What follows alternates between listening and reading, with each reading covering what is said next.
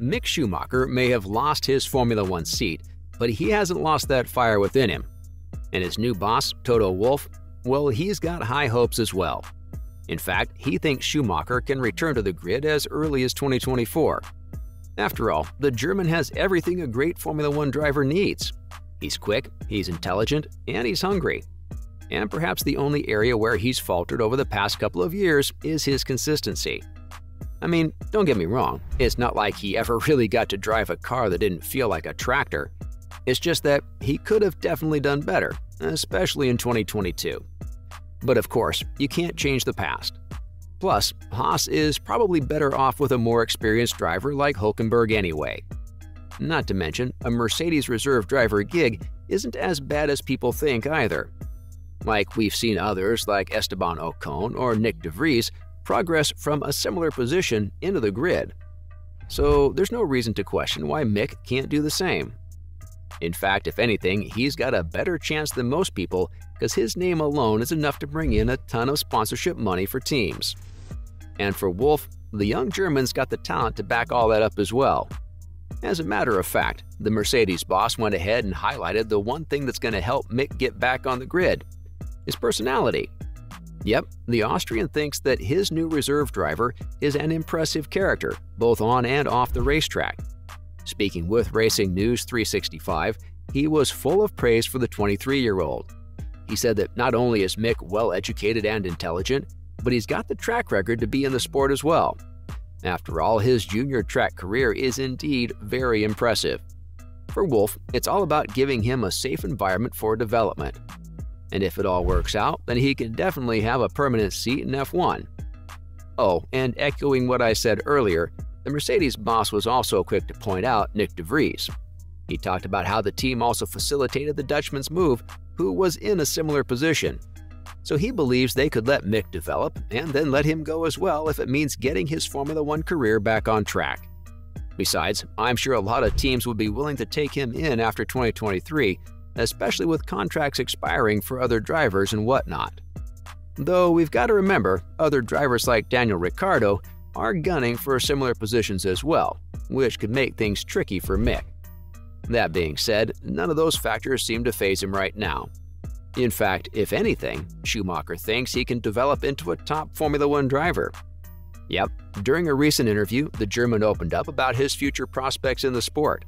And according to him, those 2 years at Haas were enough to showcase his potential. I mean, yeah, he's not wrong, is he? Like, just go back and look at his drive at Silverstone or Austria last year.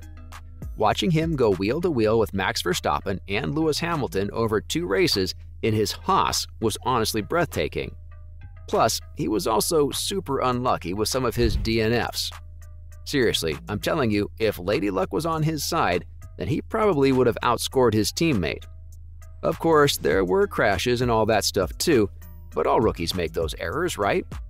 In fact, I'd go as far as to say that you need those humbling experiences to develop into a great driver. So perhaps this Mercedes role is also another step toward Schumacher's journey to the top. Oh, and most importantly, he fully believes in this notion as well. Besides, you can clearly see the progress he made over the 2-year period on the grid, though you could also argue that Haas was somewhat in the right for replacing him with Hülkenberg as well.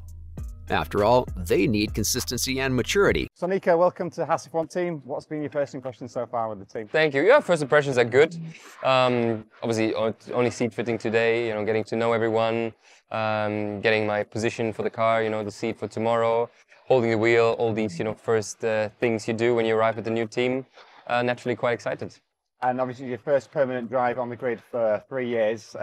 What does that mean getting back to being a full-time Formula One driver? It means a lot to me. It's definitely a big success and something that I'm proud of after 3 years away. Rather than youthful bursts of pace.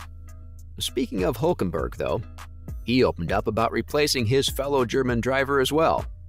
But unlike Vettel, Hülkenberg never actually had a relationship with Mick. Yeah, not what you were expecting, huh?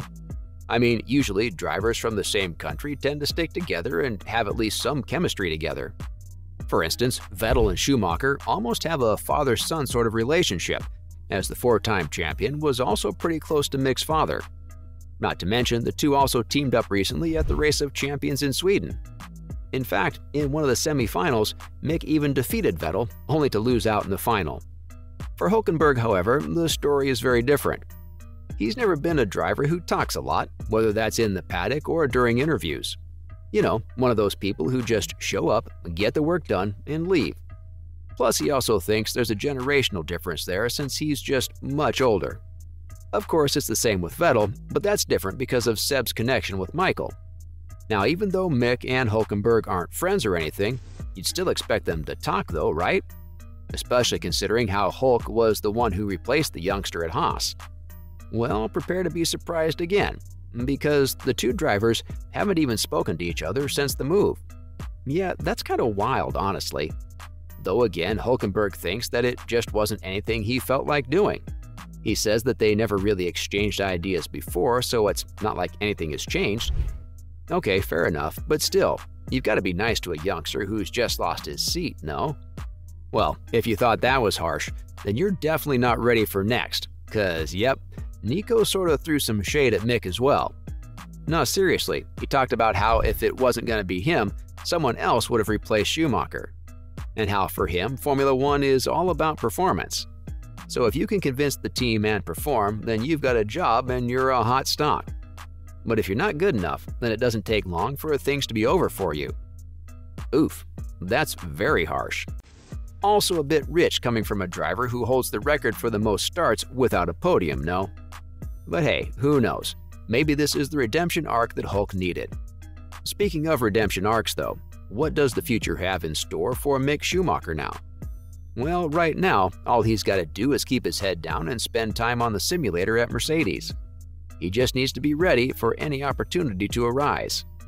I mean, there's every possibility that some driver could get sick or injured throughout this very long 2023 season. And even if it's not at Mercedes, Mick could still get the opportunity to get into a seat for a weekend at some other team. After all, that's what happened with Nick de Vries too, who impressed everyone with his singular outing in a Williams. So if that sort of chance pops up for Schumacher, he needs to pounce on it and show everyone that he's still got the chops to make it in the sport. Besides, some time with the Silver Arrows will also help him mentally. He's got a 7-time world champion in Lewis Hamilton to learn from. Plus, Russell could shed some knowledge on how to make it to a top team as well. Not to mention, the team as a whole just has this winning mentality that's going to help build up his confidence. So, if all things work out according to plan, we could very well see the Schumacher name return to the grid in 2024. Alright, that's it for Wolff's high hopes for Mick and Hülkenberg's thoughts on replacing the youngster at Haas. See you in the next one.